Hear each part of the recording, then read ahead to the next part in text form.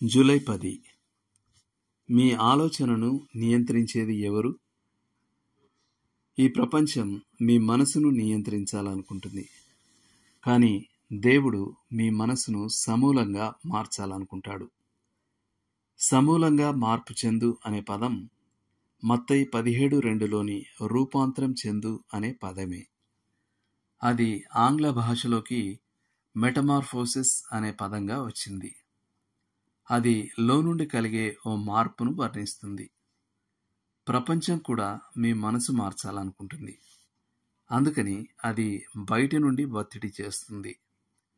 కానీ పరిశుద్ధాత్ముడు లోనుండి శక్తిని విడుదల చేయడం ద్వారా మీ మనసు మారుస్తాడు. ఒకవేళ ప్రపంచం మీ ఆలోచనను నియంత్రిస్తే మీరు సరిపోలినవారు.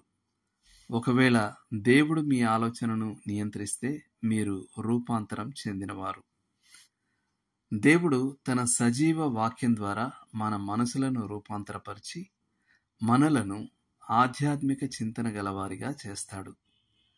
దేవుని వాక్యాన్ని ధ్యానిస్తూ కంఠస్థం చేస్తూ మీ అంతరంగ పురుషుల్లో భాగంగా చేసుకుంటూ సమయం గడుపుతుంటే దేవుని ఆత్మ క్రమేపీ మీ మనసును మరింత ఆధ్యాత్మికంగా చేస్తుంది. నేటి వచనం: మీరు ఈ లోక మర్యాదను అనుసరింపక ఉత్తమమును అనుకూలమును సంపూర్ణమునయ్యున్న దేవుని చిత్తమేదో పరీక్షించి తెలుసుకొనున్నట్లు మీ మనసు మారి నూతన మగుట వలన రూపాంతరము పొందుడి. రోమా 12:2. పరిశీలించడానికి మరికొన్ని.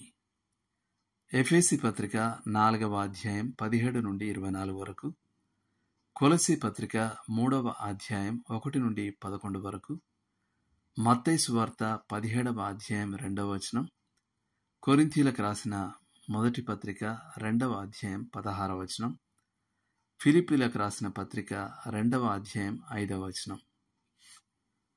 చేయాల్సిన పని: ఒక దశ నుండి మరొక దశకు సీతాకోక చిలక చెందే మార్పును పరిశీలించండి.